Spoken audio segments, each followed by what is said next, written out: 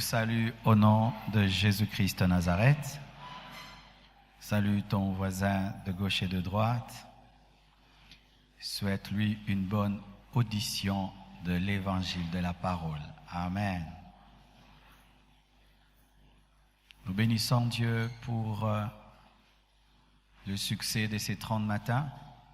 Je crois dans l'histoire de l'Église Compassion, jamais nous avons tenu des 30 matins avec ce tel impact. Et je vous assure, ce n'est que le début de très grandes choses. Nous sommes en train de parler pendant ces 30 matins de l'attachement à Jésus-Christ. Et le dimanche passé, je me suis seulement évertué à parler de Jésus-Christ comme étant le Sauveur oint. Amen. Jésus qui veut dire le Sauveur, Christ qui veut dire le Messie, le oint. Amen. Mais aujourd'hui, je vais plus m'appesantir sur l'attachement et ses bénéfices. Nous allons lire Colossiens 2, verset 6 jusqu'au verset 10e. Nous sommes debout, s'il vous plaît. Colossiens 2, 6 à 10. Ainsi donc, comme vous avez reçu le Seigneur Jésus-Christ, marchez en lui, étant enracinés et fondés en lui, et affermis par la foi, d'après les instructions qui vous ont été données, et abondez en actions de grâce. Prenez garde que personne ne fasse de vous sa proie par la philosophie et par une vaine tromperie, s'appuyant sur la tradition des hommes, sur des rudiments du monde et non sur Christ, car en lui habite corporellement toute la plénitude de la divinité. Vous avez tout pleinement en lui, qui est le chef de toute domination et de toute autorité. Que Dieu bénisse sa parole. Asseyez-vous.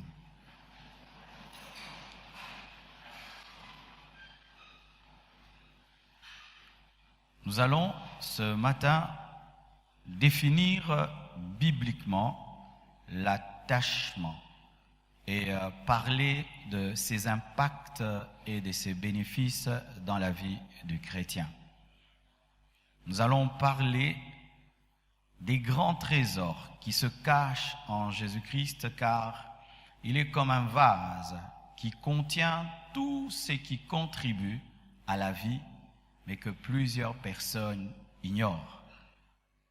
Je vous assure, c'est une ignorance qui tue que d'ignorer Christ, le plus grand trésor. Jésus-Christ est comme un coffre-fort dont plusieurs ignorent le mot de passe. Et tu sais très bien que tant que tu n'ouvres pas un coffre, quel que soit ce qu'il renferme, tu n'as absolument rien. Ça peut être un coffre-fort rempli de lingots d'or, de diamants, des milliards dans ce coffre, mais tant que tu ne l'ouvres pas, même si ce coffre est dans ta maison, tu ne possèdes pas ce qui est dans le coffre parce que tu ignores le mot de passe. C'est pourquoi nous avons des personnes chrétiennes qui souffrent, des personnes chrétiennes qui se posent des questions comme des païens parce qu'elles ignorent le mot de passe. Jésus-Christ est comme une mine d'or non exploitée. Vous voyez l'état même de notre nation. Nous sommes la nation la plus riche au monde sur le plan potentiel, mais nous avons des pauvres qui marchent sur l'or, des pauvres qui marchent sur le diamant parce que nous sommes incapables d'exploiter, d'extraire ce qui est dans notre sol, le transformer en richesse. Et Jésus-Christ, pour beaucoup, est comme le sol du Congo, rempli de richesses, rempli de trésors, mais des enfants de Dieu qui vivent comme des païens, qui vivent la malédiction comme des païens, qui sont ensorcelés comme des païens, qui sont envoûtés comme des païens, qui sont liés comme des païens, qui sont malades comme des païens, qui sont pauvres comme des païens. Pourquoi? Parce que nous manquons la révélation. Jésus-Christ est le plus beau cadeau de Dieu aux hommes, mais que souvent ne désemballe pas ou ne déballe pas. Lorsque je me suis marié, on m'a offert beaucoup de cadeaux, mais je n'ai pas pu ouvrir tous ces cadeaux le jour de la lune de miel. J'ai pu, pour certains même après 1 mois, 2 mois, mais des fois j'étais étonné de découvrir que les cadeaux qui avaient tardé d'être déballés contenaient des choses plus importantes que ceux qui brillaient extérieurement. Pareil aussi, Jésus-Christ dans la vie de plusieurs chrétiens est un cadeau non déballé. Bien-aimés frères et sœurs, est-ce que tu as déballé le cadeau Jésus? Est-ce que tu as découvert ce qui est à l'intérieur? Est-ce que tu as découvert ce qu'il contient et ce qu'il peut apporter dans ta vie? Et aujourd'hui, nous allons nous efforcer par le Saint-Esprit à t'aider à entrer dans ton héritage, car tu es héritier. Alléluia, tu es héritier. Dis à ton voisin, tu es héritier. Et il y a quelque chose dans l'héritage qui est extraordinaire. La parole de Dieu dit que tant que le testateur n'est pas mort, l'héritage est sans effet. Amen. C'est pourquoi j'aime bien dire que j'ai cherché de Genèse à Apocalypse, je n'ai pas trouvé le tombeau de Satan et je suis très très content que le tombeau du diable n'existe pas. Mais quand je cherche dans la Bible, je trouve la tombe de Jésus-Christ. Ce qui fait que je peux hériter de Jésus parce que sa mort a été constatée. Mais je ne peux hériter du diable parce que sa mort n'a pas été constatée. Le diable peut dire des choses sur moi, cela ne m'atteindra pas parce que je ne peux être son héritier. Il doit accepter de mourir pour que j'hérite de lui. Dieu a maudit Satan, il ne peut mourir. C'est une malédiction car personne ne peut hériter de lui. Mais Jésus est mort afin que nous puissions entrer dans l'héritage. Mais voici, si tu hérites de ton père et qu'après 3 jours il ressuscite, vous aurez des problèmes juridiques parce qu'il t'a donné sa seule maison, il t'a donné sa seule voiture. Mais Jésus-Christ, 3 jours après que nous ayons hérité de lui et ressuscité, mais il n'a jamais dit qu'on puisse lui rendre ce qu'il nous a donné. Vous savez pourquoi il ne nous a jamais demandé de rendre ce qu'il nous a donné? Parce que les pères qui laissent des héritages ne sont pas des sources. Mais lui est la source de l'héritage qu'il te donne. Et il est capable de reproduire en lui-même ce qu'il t'a donné et rester riche même si tu as tout pris. Car il est écrit, du riche qu'il était, il s'est appauvri pour nous enrichir, mais il ressuscite, il n'est pas pauvre, il est toujours riche. Mais comment? Nous avons tout pris. Il est capable de retrouver ce qu'il te donne sans te prendre ce qu'il t'a donné. C'est pourquoi Jésus n'est jamais jaloux de la bénédiction de ses enfants, parce que même quand nous prenons, il a toujours. Il est le créateur, alléluia, qui est capable de créer pour lui-même ce qu'il t'a donné. Ainsi, si tu as un trône, il a toujours un trône. Ainsi, si tu es puissant, il est toujours puissant. Ainsi, tu as le pouvoir, il a toujours le pouvoir. Car c'est un testateur qui ressuscite, mais avec la capacité de reprendre sans prendre. Imaginez seulement dans une famille, papa meurt, et puis tous les héritiers prennent les voitures et les maisons. Vous allez à l'hôpital, il est ressuscité. Ça va vous créer, n'est-ce pas, un sérieux problème. Mais la résurrection de Jésus nous donne la joie. Pourquoi? Il est tout suffisant. Aujourd'hui, je vais seulement t'aider à entrer dans ce qui est à toi. Mais tout d'abord, nous allons définir ce qu'est l'attachement. Selon ce passage, au verset 10, la Bible dit, au verset 6, la Bible dit, « Ainsi donc, comme vous avez reçu le Seigneur Jésus-Christ, marchez en lui. » Amen. Selon ce passage, l'attachement, c'est marcher en Jésus. Tu le reçois, mais tu dois marcher en lui. Amen. Tu dois marcher en lui. Et lorsqu'on parle de la marche, on suppose une distance. Et des fois, ce n'est pas une distance d'1 mètre, c'est vraiment des années et des années de marche. Bien-aimé, quand tu te convertis, sache que l'attachement à Jésus-Christ est une marche. une très très longue marche qui ne prendra sa fin que le jour de ta mort ou de l'enlèvement. Tant qu'il n'y a pas l'enlèvement, tu dois marcher. Tant qu'il n'y a pas la mort, tu dois marcher. Et dans cette marche, il n'y a pas de repos. Il n'y a pas de parking où tu dis j'ai trop marché, je me repose. Et pour marcher, il faut être endurant. C'est le marathon. La vie chrétienne n'est pas un sprint, c'est un marathon. Alléluia. Le sprint prend 11 secondes et puis c'est fini. Mais la vie chrétienne, c'est un marathon. Il faut de l'endurance. Il faut de la persévérance. Demandez aux personnes qui ont reçu Jésus-Christ, ça fait 20 ans. Elles vous diront qu'il faut être patient. Il faut être endurant. Il faut être persévérant. Il faut aussi être léger. C'est pourquoi vous allez remarquer les sprinteurs sont très robustes, remplis de muscles et tout le reste et pèsent. Mais les marathoniens sont minces. Pourquoi tu dois être léger? Pour ne pas te fatiguer. Et tu dois te débarrasser du péché qui t'alourdit, de la compromission qui t'alourdit. Tu dois te débarrasser de tout péché chéri, de tout poids qui t'empêche de marcher avec lui.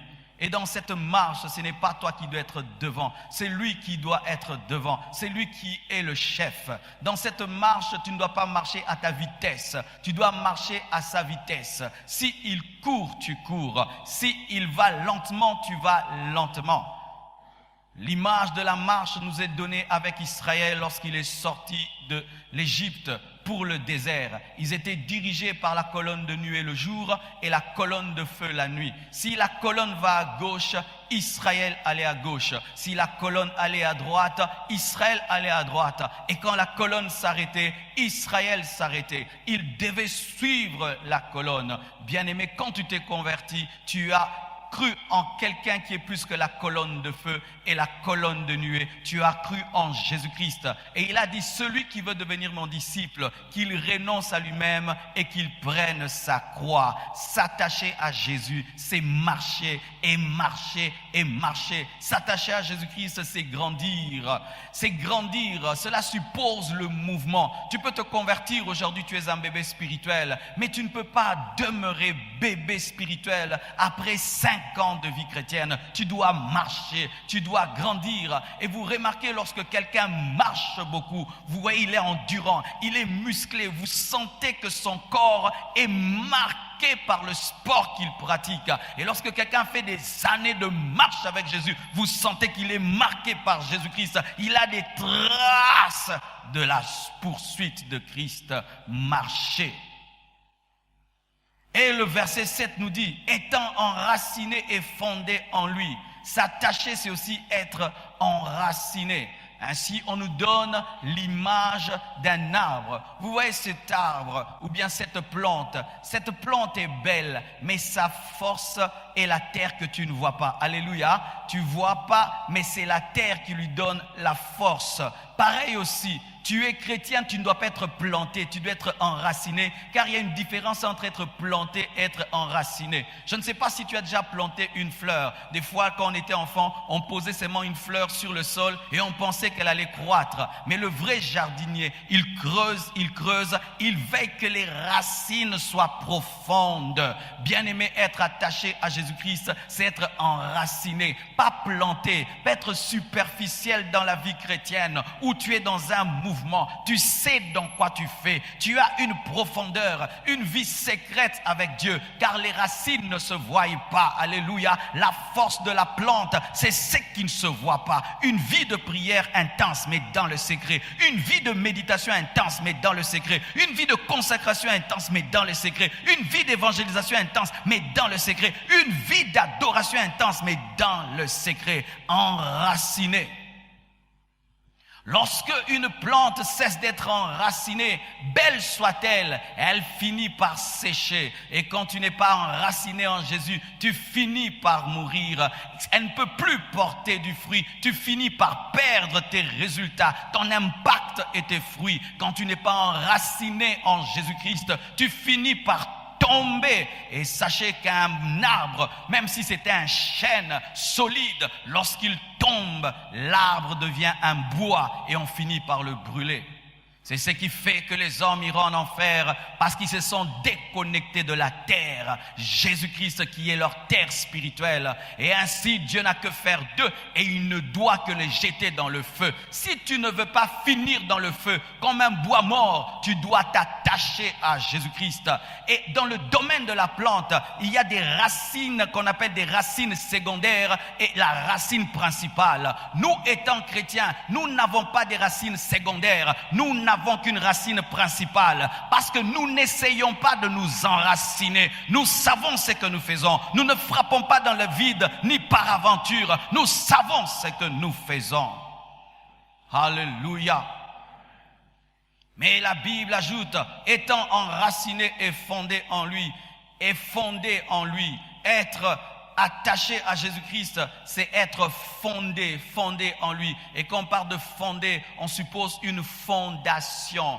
Bien-aimé, tu es une plante spirituelle et tu es également une maison spirituelle. Et voyez là, vous qui êtes de l'autre côté, à côté de vous, il y a des trous. Pourquoi les architectes et les ingénieurs ne peuvent pas élever une structure métallique, placer des tôles et placer du ciment si il n'y a point un bon sol et il n'y a pas une bonne fondation? Ils sont en train de creuser afin de trouver le bon sol, afin d'y placer une fondation qui peut recevoir une mezzanine, qui peut recevoir des hommes. Il en est de même. Avant de recevoir la bénédiction, tu dois poser la fondation. Avant de rechercher l'élévation, tu dois poser la fondation. Bien-aimés frères, il ne faut pas bâtir, il faut être fondé. Il y a une différence entre construire et une différence entre fonder. Les maisons construites sans fondation sont construites, mais passeront. Lorsque la pluie, lorsque les intempéries vont secouer,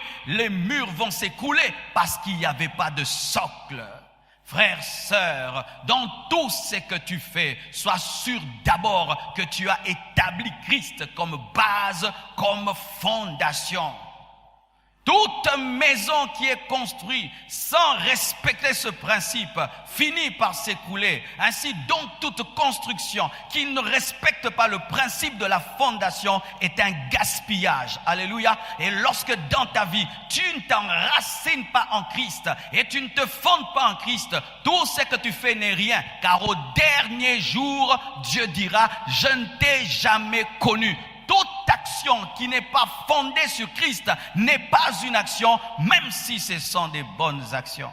C'est pourquoi la Bible dit que chacun prenne garde de la manière dont il bâtit. Il faut d'abord poser le fondement, Jésus-Christ, et ensuite bâtir le reste. Tu es une maison, alléluia, tu es un chantier de Dieu. Pose la fondation et demeure sur cette fondation. Comment arriver à être attaché? Comment arriver à être fondé? Comment arriver à être enraciné? La Bible dit, étant affermi par la foi, il faudrait que tu sois affermi. Affermi veut dire rendre fort. Tu dois être fortifié dans ta foi. Tu dois être stable dans ta foi. Tu dois être formé dans ta foi. Cela révèle le discipolat. Frères et sœurs, ce sont seulement les disciples qui demeurent attachés à Jésus. Si tu n'es qu'un croyant, si tu es seulement un dimanchard qui est allé à l'église comme par habitude parce que la maison s'est vidée et tout le monde est allé à l'église et toi aussi tu vas quelque part de peur d'être traité de sorcier, tu n'es pas enraciné, tu n'es pas un disciple. Dans les moments difficiles, ce sont les disciples qui restent enracinés. C'est pourquoi Jésus-Christ n'a pas dit à ses disciples d'aller former des croyants, mais d'aller former des disciples, des personnes affermies, alléluia, des personnes stables, des personnes solides, des personnes qui acceptent la discipline de Christ afin de ressembler à Christ.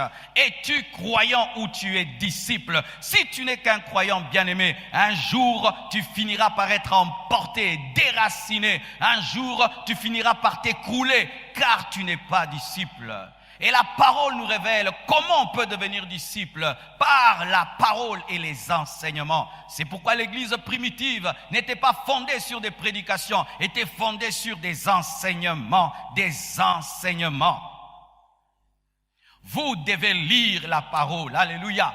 Et pas à l'église. Vous savez, à l'église, on ne lit pas la Bible. À l'église, on vérifie ce qu'on prêche. Voyez là, est-ce que vous lisez la Bible? Vous ne lisez pas. Vous m'écoutez. Mais les gens prennent la Bible, ils l'amènent à l'église et puis dis-moi, je lis la Bible. Pourquoi? Parce que tu amènes la Bible à l'église, tu lis la Bible. Tu ne lis pas la Bible. La Bible est amenée à l'église pour vérifier ce que le pasteur prêche. Mais la Bible, on la lit à la maison.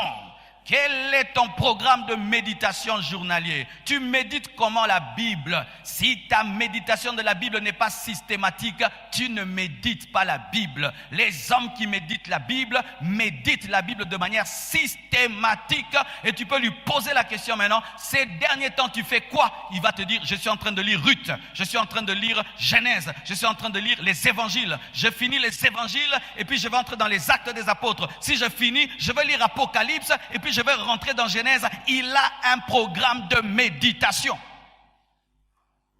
Si vous ne vous attachez pas à la parole, vous ne serez pas attaché à Jésus-Christ, car Jésus est la parole. Tu peux avoir la bonne volonté d'être attaché à Jésus, mais si tu n'as pas la connaissance de la Bible, tu seras emporté par les hérésies et par des vents de doctrine. Frère, sœur, lorsqu'un jour tu te tiendras face à quelqu'un qui est dans une fausse doctrine et qui a des arguments, ton pasteur ne sera pas là. Alléluia. Et je n'ouvrirai pas ta Bible pour toi. Vous devez lire la Bible pour vous-même. Pas pour l'amener à l'église, mais pour la connaître pour vous-même. Et lorsque tu as la connaissance t'affermit. Et l'affermissement t'enracine et te fonde en Jésus-Christ. Les tempêtes peuvent venir, tu vas tenir bon. C'est pourquoi il y a des gens qui sont là en Jésus. Vous venez, vous abandonnez, il est là. Vous revenez, il est là. Vous partez, il est là. Pourquoi? Il est enraciné par la connaissance.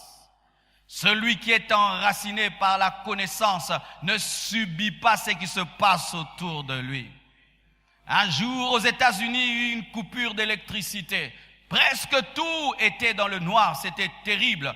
Mais on remarque, il y avait quelque part, il y avait de l'électricité. On regarde la statue de la liberté était éclairée. Les gens disent, comment ça, la statue de la liberté est éclairée alors que presque tout est dans le noir? Comment pouvez-vous expliquer? On va faire des recherches, on arrive et on remarque ceci, que la statue de la liberté tirait son énergie d'un autre État des États-Unis qui ne subissait pas le délestage ce jour-là. La statue était parmi eux, mais elle n'était pas enracinée parmi eux. Sa force et son énergie venaient d'ailleurs. Comme toi, chrétien, tu es dans le monde, mais tu n'es pas du monde. Même si autour de toi il y a la sécheresse, si tu es enraciné en Jésus-Christ, tu ne vas pas subir le délestage. Les gens vont pécher, tu ne pécheras pas. Ils vont abandonner la foi, tu ne vas pas le faire parce que toi, tu n'es pas connecté à la centrale qui est pour les autres, mais tu as une autre centrale. Dieu a prévu qu'un jour,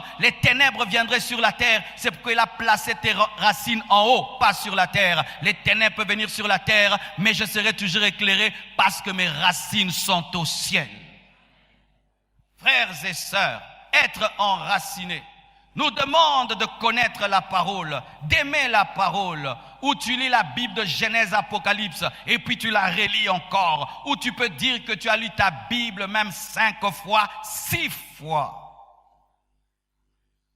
Un pasteur américain est allé prêcher les Chinois, il a fait une conférence et des leaders chinois sont arrivés. Et il avait quelques Bibles à leur partager, mais ce n'était pas suffisant. Et il en a donné à quelques-uns. Et alors qu'il partageait ces Bibles, il remarquera que certains parmi eux donnaient aux autres. Jusqu'à ce qu'il posa la question à une dame qui était là. Il dit, « Madame, j'ai remarqué que tu offres tout le temps les Bibles qu'on te donne. Pourquoi tu fais cela ?» Elle a dit, « J'ai retenu toute la Bible. Alors je donne à ceux qui ne l'ont pas parce que moi je l'ai dans ma tête. » Quoi? Tu as toute la Bible? Oui. Et il avait remarqué pendant qu'il donnait les versets, elle les récitait. Comment tu as fait? Quand j'étais en prison, c'est ce que je faisais. Je lisais seulement la Bible. Et au milieu de nous, il y en a beaucoup. Il y a des gens qui ont mémorisé les psaumes, l'autre Corinthiens, l'autre Galates. De sorte que si on veut Tu veux prêcher? Galates parle. Alléluia. Oui, j'ai lu un livre comme ça. Les frères portaient les noms de livres de la Bible. Il y avait frère Corinthiens, frère Galates, frère Néhémie. Pourquoi? Dans la persécution, ils ne pouvaient pas avoir des Bibles. Ils avaient des portions de Bibles. Et chacun mémorisait le temps de donner à l'autre. Et ils écrivaient manuellement la Bible, la recopiaient. Mais toi, tu as la Bible. Tu en as même 4 à la maison. Des versions et des versions. Thomson, Louis Ségon, Semmer qui souffre de blessures intérieures. Ta Bible est étonnée. D'ailleurs, tu l'as amenée aujourd'hui à l'église. Elle est très étonnée. Très étonnée. Et tu penses que tu peux tenir devant un témoin de Jéhovah, devant un branhamiste, devant quelqu'un qui s'oppose à ce que tu vis. Est-ce que tu es capable de défendre ta foi? Les gens qui te troublent sur le parler en langue, est-ce que tu peux défendre ton parler en langue? Les gens qui te troublent sur ta doctrine, est-ce que tu peux défendre ta doctrine? Frères et sœurs, l'heure est arrivée, on doit quitter la superficialité des églises. Oh, le enge kobina, kobina, kaka kobina. Te, ba une église ka kobina te. D'ailleurs, ba ya nan kobina te. On ne vient pas d'abord à l'église pour danser et chanter. On vient pour connaître la parole. L'église, ce n'est pas un concert. Je dis l'église, ce n'est pas un concert. Les témoins de Jéhovah ne dansent pas beaucoup, ne chantent pas beaucoup, mais quand ils sortent, bien aimé, essaye de discuter avec lui. Tu vas voir que ta Bible là devient gaillard. Pourquoi? Ils lisent la Bible, ils vérifient. Lorsqu'ils vont voir leur supérieur, ils posent des questions sur la Bible. Mais nous, les églises de réveil, quand on voit les hommes de Dieu, bénis-moi, prie pour moi, interprète-moi les songes. Dis-moi de t'interpréter la parole. Lorsque les églises de réveil avaient commencé, si tu reçois des gens au bureau, c'était des questions sur la parole, parce qu'ils lisaient la parole. Maintenant, vous ne lisez pas la parole. Comment vous allez nous poser des questions sur la parole? Chaque fois qu'on voit un prédicateur, on le dérangeait. Ça veut dire quoi dans la Bible? Quand la Bible dit que le plus grand péché, ça veut dire quoi? Ça veut dire quoi le plus grand péché? Le péché qui mène à la mort. Quel est le péché qui mène à la mort? Qu'est-ce que le blasphème du Saint-Esprit? On dit que tous les péchés seront pardonnés, sauf le péché contre le Saint-Esprit. Mais Dieu pardonne tout. Ça veut dire quoi? Vous me posez jamais de telles questions. Jamais de telles questions. Dis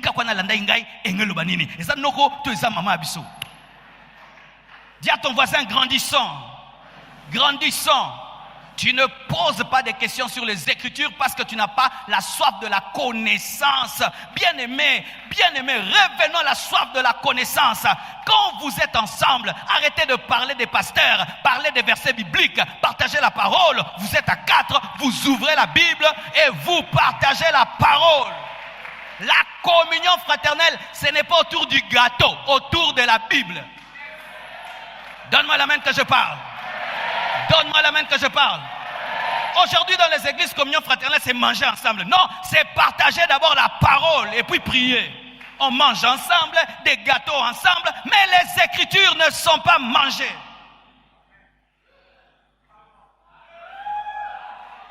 Alléluia. Et un conseil que je te donne, si tu viens bien lire la Bible, ça j'utilise pour prêcher, mais pour méditer, il y a Bokoko. Give me amen. Pour méditer, j'ai la vieille Bible pourrie, abîmée, la déchiquetée. Là, c'est pour prêcher. Alléluia. Vous devez avoir l'amour de la parole pour être affermi et pour être inébranlable et résister contre les vents de doctrine. Comment faire également pour être enraciné, attaché à Jésus-Christ? Il faut avoir une vie d'abondance, des actions de grâce. Il faut en tout temps rendre grâce à Dieu. Que Dieu te bénisse ou pas, tu le loues. Amen. Hein? Tu n'es pas touché par la bénédiction ou la non-bénédiction. Alléluia. Que tu sois malade ou pas, tu le loues. Et si tu n'as pas, tu bénis Dieu pour ce que tu as. Ainsi, tu te concentres sur ce qui est, afin d'avoir ce que Dieu a promis. Je n'ai pas de mariage, mais je suis en bonne santé, je te loue. Alléluia. Je n'ai pas de maison, mais je suis un bon locataire dans une belle maison, je te loue. Je n'ai pas une voiture en sachet, je te loue. Pour même ma petite voiturette qui me prend de la maison jusqu'en ville, je te loue. Même si je n'ai pas tout, je te loue. Sois comme Paul et Silas, qui comme récompense, comme offrande du prophète, après avoir prêché, c'était la prison, on louait Dieu.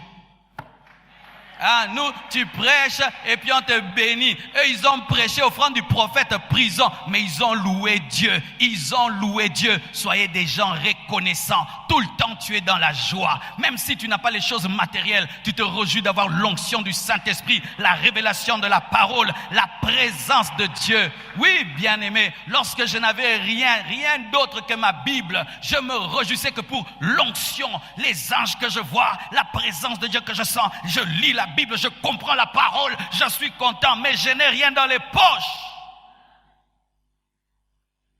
Tout le temps, soyez heureux. Tout le temps, soyez heureux d'être chrétien. Les chrétiens tristes finissent par abandonner Dieu. Les chrétiens qui ne font que se plaindre finissent par abandonner Dieu. Et je vais te donner encore un secret. Quand tu es un frère de l'église, tu viens à mon bureau, tu te plains une fois, je te reçois. 2 fois, tu te plains 3 fois, 4 fois, je vais te fuir. Et donne-moi l'amen. Oui, nous les pasteurs, on est comme ça. Pourquoi? Une personne qui n'est jamais heureuse t'enlève même la foi.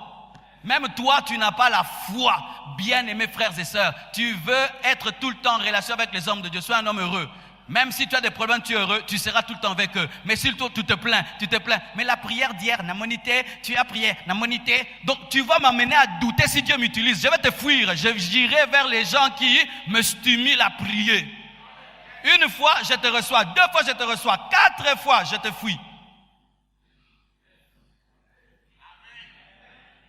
Frères et sœurs, sache ceci, que lorsqu'on t'a tout dit, on ne peut plus rien ajouter. Tu viens au bureau, je te dis tout. 5 fois, je te dis. Qu'est-ce que tu veux que je te dise d'autre? Une 2e croix, un 4e Saint-Esprit. Comme je n'ai rien d'autre à ajouter, je fuis jusqu'à ce que tu utilises ce que je t'ai donné.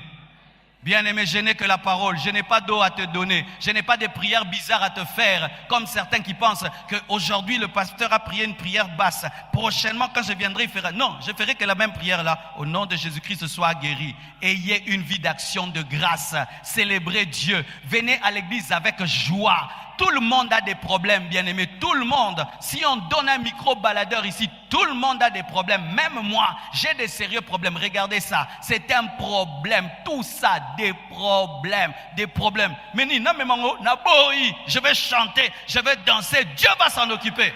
Mais toi, tu es tout le temps dans tes problèmes. Je n'ai pas ça. Tout le monde a des problèmes. Même Dieu a les problèmes de la conversion du monde. Dieu même a des problèmes, mais Dieu est heureux. Si tu vois un ange qui est triste, ce n'est pas un ange de Dieu. Mais les anges ont des problèmes. Ils ont le problème que ton ministère puisse marcher, qu'il te protège. Mais est-ce que tu as déjà trouvé un ange triste? J'ai des problèmes. Tu en auras toujours. Tu en auras toujours. Toute solution amène un problème. Tu demandes à un bébé, tu dois avoir la layette. C'est un problème. Alléluia. Tu as la layette, ils doivent grandir. Il faut le laisser. C'est un problème. Il doit aller à l'école, c'est un problème. Il doit se marier, c'est un problème. Il doit avoir des enfants, c'est un problème. Ses enfants, s'ils doivent se marier, c'est un problème. Quand est-ce que les problèmes prendront fin? Jamais. Alors si tu attends la fin des problèmes pour être heureux, tu ne seras jamais heureux. Réjouissez-vous déjà maintenant. Alléluia. Alléluia. Oh, que Dieu me donne une voiture. Moi, je pensais, Dieu donne-moi une voiture. Le jour que j'ai une voiture, j'ai commencé à avoir des problèmes de carburant. Un jour, je ne savais même pas démarrer ma voiture. Problème, voiture mais sans carburant. Maintenant, il fallait que j'aille tout le temps le carburant. Après les pannes, alléluia, maintenant les garages. Et maintenant, les mécaniciens volèrent des pièces.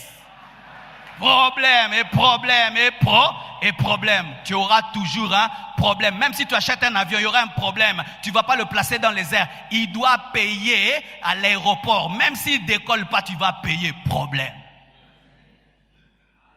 Je te vole tes problèmes au nom de Jésus. Reçois la joie. Dis à Jésus, merci. Je suis bien.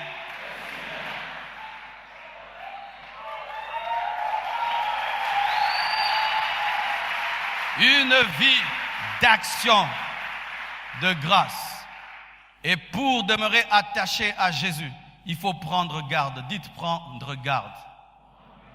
Frères et sœurs, je dois vous dire la vérité. Aujourd'hui, surtout en ce temps de la fin, si tu veux rester attaché à Jésus, tu dois prendre garde pour ne pas être séduit par des fausses philosophies et des fausses doctrines. Il y a vraiment des mauvaises doctrines en ces temps de la fin. Des enseignements sans Jésus-Christ à l'intérieur. Ou quand tu écoutes, tu te poses la question si c'est la philosophie des hommes ou c'est toujours la parole de Dieu. Des enseignements qui ressemblent à l'occultisme, à la magie. Des escrocs, Des gens qui prêchent la parole pour l'argent, qui prêchent la parole seulement pour estorquer des choses. Bien-aimé, tu dois prendre garde, de peur qu'un jour tu rencontres un faux serviteur, de peur qu'un jour tu te retrouves dans une fausse église, de peur qu'un jour tu te retrouves dans une doctrine qui n'est pas l'évangile. Tu dois prendre garde. Ce n'est pas tout homme qui ouvre la Bible qui parle de la part de Dieu. Tout ce qui brille n'est pas l'or. Ce ne sont pas toutes les églises qui sont des églises de Jésus, tu dois le savoir. Ce n'est pas tout homme qui dit que Dieu m'a appelé, qui a reçu l'appel de Dieu. Et ce n'est pas tout frère qui est frère. Ah oui, ce n'est pas tout frère qui est frère et toute sœur qui est sœur. Même dans l'église de Jésus, il y avait Judas. Judas avait une sorcellerie vraiment originale. Sa sorcellerie ne venait pas d'un démon. Ça venait de Satan en personne, mais à côté de Jésus, m'a zikaté. Donne-moi l'amen que je prêche. Vous vous imaginez dans un groupe de 12 personnes, il y a déjà un sorcier avec Satan lui-même en personne. Maintenant, 12 de 24. Un groupe de 24. Combien de sorciers? Ajoute maintenant des 36. Combien de sorciers? 6 000 personnes. Combien de sorciers? 7 000 personnes. Combien de sorciers? 10 000 personnes. Combien de sorciers? Plus l'église grandit, plus le nombre de sorciers. Mais oui, bien-aimé, il ne faut jamais se tromper. Ce sont seulement les enfants qui pensent qu'il n'y a pas de démons, des sorciers, tout le reste. Non, tu dois le savoir. C'est pourquoi certains vous êtes déçus. Lui, un frère, il m'a dit ça. Qui t'a dit qu'il était frère? Une sœur me fait ça. Elle vient à l'église, elle n'est pas chrétienne. Venir à l'église ne transforme personne. C'est pourquoi vous faites des affaires sans discernement. Tu prêtes $1000 et lis-moi. $20 000 et lis-moi. Oh frère, t'as mouillé à l'église. Alléluia. Faites attention, ou un jour quelqu'un va t'appeler et il te dit des choses comme le serpent a parlé à Ève et te dévie. Ce n'est pas parce que le serpent est dans le jardin qu'il est pour le jardin. Les enfants pensent que comme ils trouvent le serpent dans le jardin, donc c'est un bon serpent. Ce n'est pas parce que tu vois un fruit dans le jardin qu'il est bon. Ce n'est pas parce que tu trouves un animal dans le jardin qu'il est bon. Les enfants pensent que comme je le trouve dans l'église, il est bon. Non, ça peut être l'arbre défendu de l'église.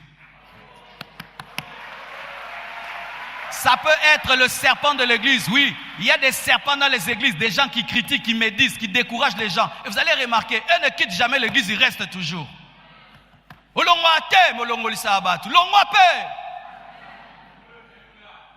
Il y a des gens comme ça, eux n'abandonnent pas, mais ils découragent toujours les gens. Ils découragent, frère, tu donnes beaucoup, tu vas te fatiguer. Nous aussi on a commencé comme ça, serpent. Serpent. Frère, tu es très zélé comme ça. Frère, ça, ce sont les ailes du début. Non, moi, j'ai toujours les ailes du début. Moi, j'ai les ailes du début. J'aime Dieu comme je l'aimais quand je me suis converti. Je ne crois pas en ce christianisme où on aime Dieu au début et quand on grandit, on ne l'aime pas. D'ailleurs, aujourd'hui, j'aime Dieu plus qu'avant. Pourquoi? Maintenant, je le connais. Je l'ai expérimenté. Mais des gens qui sont comme ça, quand tu les trouves fatigués de Dieu, et toi, tu es zélé, ils te parlent comme le serpent. Ils te disent des choses qui te sortent du jardin parce qu'eux-mêmes étaient déjà sortis du jardin. Le serpent n'était pas l'habitant du jardin parce qu'il savait déjà qu'il était maudit, frappé. Il vient parmi vous pour vous sortir de ce qui est à vous. Tout le monde n'est pas chrétien dans cette église. Sinon, on allait dire, tu veux être ouvrier, entre dans les départements. Pourquoi il y a des formations?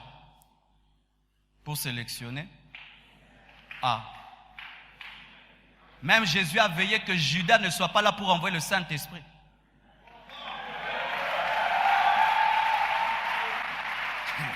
Sans le Saint-Esprit, déjà un grand voleur. Maintenant, s'il avait le Saint-Esprit, c'est une révélation.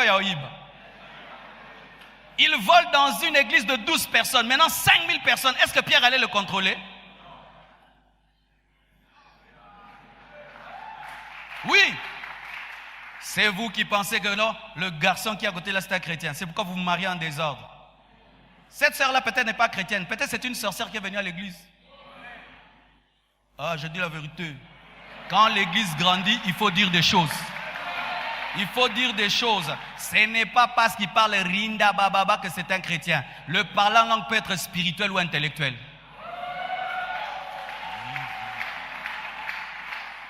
N'avez-vous pas remarqué que dans certaines églises ou même ici, il y a des gens qui parlent la même langue que moi? Vous pensez que c'est le Saint-Esprit? Il a entendu, il a aimé à Zuango. Ouais? Rimbroza, rimbroba. Ils ont bien. Abetion nanda, rimama, mekiango, betiango pegoto. Yekeme brimbibi.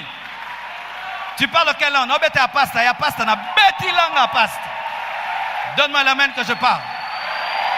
Oui, prenez garde que personne ne vous séduise. Lorsque quelqu'un est à l'église, il veut t'amener en dehors de la parole. Tu découvres, ce sont les personnes dont le pasteur a parlé. Gloire à Jésus-Christ. Bien-aimés frères, sœurs, pourquoi il faut s'attacher à lui? Dis à ton voisin pourquoi. Parce qu'en lui habite corporellement toute la plénitude de la divinité. Dites corporellement. Quand on dit corporellement, il s'agit du corps. Pour ceux qui ne savent pas, en Genèse, Dieu n'avait pas un corps. Dieu utilisait le corps de certains prophètes. Mais le corps de ces prophètes avait des défauts. Ainsi, il les utilisait, mais il n'était pas à l'aise. Il a pu utiliser Moïse, il n'était pas à l'aise. Il a utilisé Élie, il n'était pas à l'aise. Il a même demandé qu'on puisse faire le tabernacle de Moïse, mais il n'était pas à l'aise parce que c'est seulement sa Shekinah qui était au-dessus du tabernacle. Et David a fait un tabernacle, il n'était pas à l'aise, c'était fait de tentes. Salomon également a fait un grand temple, mais il n'était pas à l'aise parce que quand Christ est venu, la gloire avait quitté ce tabernacle. Pourquoi? Parce que Dieu cherchait un corps, il cherchait Jésus. Jésus est le corps qui nous a manifesté Dieu. Alléluia. Jésus est le corps qui nous a manifesté Dieu. Et en Jésus-Christ, il y avait la plénitude de la divinité. La plénitude de la divinité, c'est-à-dire le Père en Jésus-Christ, le Fils est en Jésus-Christ et le Saint-Esprit est en Jésus-Christ. Lorsque tu es devant Jésus-Christ, tu as la plénitude de la Trinité. Le Père est totalement dans le corps de Jésus-Christ, le Fils est totalement dans le corps de Jésus-Christ, le Saint-Esprit est totalement dans le corps de Jésus-Christ. Alléluia. Donc lorsque Jean dormait sur la poitrine de Jésus-Christ, il dormait sur le corps qui avait la plénitude de la divinité. Jésus-Christ en lui avait la plénitude de Dieu, pas une partie de Dieu. Tout, le Père, tout le Fils, tout le Saint-Esprit était dans ce corps, car avant, Jésus-Christ pouvait se manifester au travers de l'ange de l'Éternel, il pouvait utiliser un prophète qui est une ombre, mais lorsqu'il est entré dans le ventre de Marie, la Bible dit que la parole s'est faite chair. C'est pourquoi quand Christ dit « détruisez ce temple et je le rebâtirai après 3 jours », il parlait de son corps qui était le véritable temple, plus que le temple de Salomon, plus que le tabernacle de Moïse. Et celui qui a Jésus-Christ a celui en qui habite toute la plénitude. Alléluia. Comprenez ceci, mes frères. Dans l'Ancien Testament, on nous donne beaucoup de révélations sur Dieu. Jéhovah Shammah, le Seigneur présent. Jéhovah Shalom, le Seigneur notre paix. Jéhovah Roi, le Seigneur mon berger. Jéhovah Jireh, le Seigneur notre pourvoyeur. Jéhovah Nissi, le Seigneur notre bannière. Jéhovah Tchikenu, le Seigneur notre justice. Jéhovah Rapha, le Seigneur mon médecin. Elohé, le Dieu puissant, fort et prééminent. Elohim, le Dieu créateur, puissant et fort. El Shaddai, le Dieu tout-puissant. Adonai, le Seigneur. Yahweh, l'Éternel. Jéhovah Mikedeshkem, l'Éternel qui nous considère comme saints. Jéhovah Elohim, l'Éternel Dieu, le Seigneur des seigneurs. Jéhovah Sabaoth, l'Éternel des armées. El Elyon, le Dieu très haut. El Roi, le Dieu qui voit. El Olam, le Dieu d'éternité. El Gibor, le Dieu tout-puissant. El Kana, le Dieu jaloux. On va m'amener le panier, je veux mieux vous expliquer cela. Tout ce que j'ai dit se retrouve en Jésus-Christ. Tout ce que j'ai dit se retrouve en Jésus-Christ. Lorsque tu dis Jésus-Christ, voilà ce qui est réellement. Et j'aimerais que tu changes ta manière d'invoquer son nom, ta manière de l'adorer. Vous allez citer les noms que j'ai cités, et moi seulement je mettrai. Amen. Allez-y. Jéhovah Jireh en lui. El Shaddai en lui. Adonai en lui. Jéhovah Nissi en lui. El Roi en lui. El Sabaoth en lui. Jéhovah Rapha en lui. Jéhovah Shammah en lui. Jéhovah Nissi en lui. Jéhovah Shikenu en lui. Yahweh en lui. El-Olam en lui. El-Ra en lui. El-Jibor en lui. Yahweh Mikedeshkem en lui. El-Osenu en lui.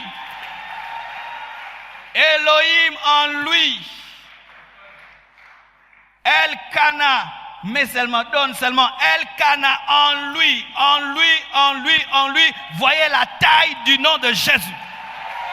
Lorsque je dis Jésus, je dis El-Jibor, Jéhovah Jireh, Jéhovah Shammah, mais je le dis tous dans un nom. Comme un médicament dose unique. Au lieu de te donner beaucoup de comprimés, Dieu t'a donné une dose unique. Dans la dose unique, il y a le premier comprimé, le deuxième, le troisième. Quand je dis Jésus et j'ai besoin d'argent, Jéhovah Jireh se manifeste. Quand je dis Jésus et j'ai des combats, Jéhovah Sabaoth se manifeste. Quand je dis Jésus et j'ai besoin de sa présence, Jéhovah Shammah se manifeste tout en Jésus, pleinement en Jésus-Christ. Bien-aimés frères et sœurs, c'est pourquoi la Bible dit qu'il a reçu le nom qui est élevé au-dessus de tout autre nom, afin qu'en son nom, tout genou fléchisse au ciel, sur la terre et sous la terre, et que toute langue confesse qu'il est Seigneur, à la gloire de Dieu le Père. Tout en lui. Quand tu dis Jésus, c'est un nom qui pèse. C'est un nom qui pèse. Il n'a pas besoin d'être long pour être puissant parce qu'il contient tous les noms de l'Éternel. Alléluia. C'est pourquoi la Bible dit qu'il a été établi chef de toute domination, de toute autorité. Pourquoi je m'attache à Jésus? Parce qu'il a reçu toute la plénitude de Dieu. En lui, il y a le Père, le Fils et le Saint-Esprit. Quand tu dis Jésus, Dieu entend plusieurs choses. Même les démons entendent. C'est pourquoi ils ne peuvent résister devant un homme qui cite le nom de Jésus dans la révélation. C'est pourquoi je prie que Dieu ouvre tes yeux et qu'il te révèle le mystère de Jésus-Christ, afin que tu comprennes la hauteur, la largeur, la profondeur de son œuvre. Mais ce qui est extraordinaire, ce n'est pas seulement ça. La Bible dit, vous qui l'avez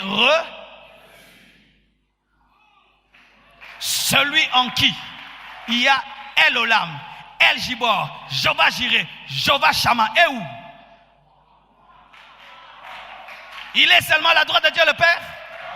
Il est où? Tout ceci est dans le chrétien. Est-ce qu'on peut t'envoûter? Est-ce qu'on peut te lier? Est-ce qu'on peut te maudire? Est-ce qu'on peut te bloquer? Est-ce qu'on peut te limiter? Est-ce qu'on peut te limiter? Personne ne peut me limiter. Personne ne peut me bloquer. Personne ne peut me freiner. Personne ne peut me maudire. C'est pourquoi la parole dit, en lui nous avons reçu tout pleinement. Pourquoi? Si tu reçois le 100%, tu as 100%. Jésus a reçu le tout de Dieu. C'est pourquoi en lui nous recevons le tout de Dieu. Et voyez, la Bible dit en lui, en Christ. Mais si tu lis la Bible encore, on dit Christ en moi. Toi en lui, lui en toi. C'est quoi? Mélange. Le plus haut niveau de l'attachement, c'est lorsque le chrétien est mélangé en Christ, de sorte qu'on voit Christ en lui et lui en Christ. C'est pourquoi Paul dit, ce n'est plus moi qui vis, mais c'est Christ qui vit en moi. Pourquoi? Je suis mélangé. Tu prends l'eau et tu prends le sel. Et tu prends le sel, tu le mets dans l'eau. Qui est maintenant dans qui? Tu goûtes l'eau, l'eau est salée. Et tu cherches le sel est devenu liquide. Qui est devenu qui? Oh, comprendre, tu prends le sel, tu mets dans l'eau. L'eau devient salée. Mais tu cherches le sel, tu ne trouves plus. Le sel est devenu liquide. Qui est devenu l'autre? Christ en toi et toi en Christ. Christ en moi et moi en lui. Nous nous mélangeons. C'est pourquoi l'ombre de Pierre commençait à guérir les malades. C'est pourquoi les vêtements qui touchaient le corps de Paul pouvaient guérir les malades. C'est pourquoi ils pouvaient parler. Un aveugle voit, un sourd entend, un mort ressuscite. Pourquoi? La résurrection et la vie étaient en eux. Frères, sœurs, est-ce que quand tu comprends ceci, tu peux encore avoir un souci? Tu peux te considérer petit. Tu peux dire que tu as les liens de famille. Bien-aimé, pour te lier, il faut qu'on puisse ouvrir. Alléluia. On ouvre Dieu. On ouvre le Saint-Esprit. On ouvre Jésus. Et puis on te prend. Est-ce que c'est possible? Tu viens en termes de combat, tu trouves Sabaoth. Tu viens en termes de pauvreté, tu trouves Jéhovah Jireh. Alléluia. Tu amènes des présences démoniaques, tu trouves Emmanuel, Jéhovah Shammah. Tu veux m'enlever la paix, tu trouves Jéhovah Shalom. Qu'est-ce que le diable peut te faire? C'est pourquoi la Bible dit, nous avons le pouvoir de marcher sur les scorpions, sur les serpents. C'est pourquoi la Bible dit, en mon nom, vous chasserez les démons. Si tu pouvais savoir, ce puissant nom qui est à ta disposition, frère, tu parleras, tu dormiras et les choses s'accompliront. Alors que cette nuit, je préparais ce message, bien-aimé, il est arrivé vers 3h ou 2h du matin. J'ai senti une forte présence satanique dans la chambre. Et j'ai vu en esprit une chorale des démons, des sorciers plutôt, qui chantaient. C'était une centaine qui avaient entouré la maison et entouré ma chambre. Ils chantaient un cantique qui me paralysait. Ils venaient avec une forte peur pour me terroriser. J'ai dit seulement, pas à genoux, ni même debout. Donc, on peut savoir honneur ou anaté.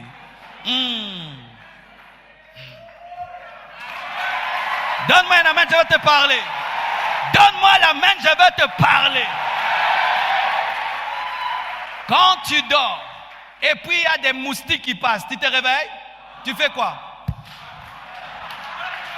Tu fais quoi? Et puis tu fais quoi? Le moustique est meilleur qu'un démon. Parce que le moustique n'ira pas en enfer. Mais les démons iront en enfer. J'ai dit seulement Jésus. La chorale s'est arrêtée. Je ne connais pas leurs dirigeants, mais tous sont partis. Et j'ai déclaré, toute la plénitude de Dieu est en Jésus et Jésus est en moi. J'ai senti la présence de Dieu commencer à remplir la chambre. J'ai commencé à parler en d'autres langues et voilà que je prêche l'évangile avec force et vigueur. Pourquoi? La plénitude de Dieu est en Jésus et Jésus est en toi. C'est pourquoi quand tu pries, ne dis pas Jésus bi Jésus. Non! L'obango bien. Yandera. L'obango bien. Au nom de Jésus-Christ. Et toi-même, tu sais ce que tu as dit. Tu développes dans ton esprit. Mais tu sais que les impacts sont terribles. Frères et sœurs, vous connaîtrez la vérité. Et la vérité va vous libérer de la peur. La vérité va vous libérer des liens. La vérité va vous libérer des oppressions démoniaques. La vérité va vous libérer de l'ignorance. Lorsque tu découvres un tel Jésus-Christ, qu'est-ce que tu feras? Tu t'attacheras à. C'est pourquoi dans l'église, nous devons présenter le mari pour que l'épouse tombe amoureuse de lui. Car celui qui revient, c'est Jésus. Et si nous vous parlons de ces cadeaux, vous aimerez ces cadeaux. L'heure est arrivée à l'église de parler de la personne de Jésus. Oui, que Jésus soit élevé afin d'attirer le cœur de son église. Et il trouvera une église qui l'attend, une église glorieuse et puissante. Que Dieu vous bénisse abondamment.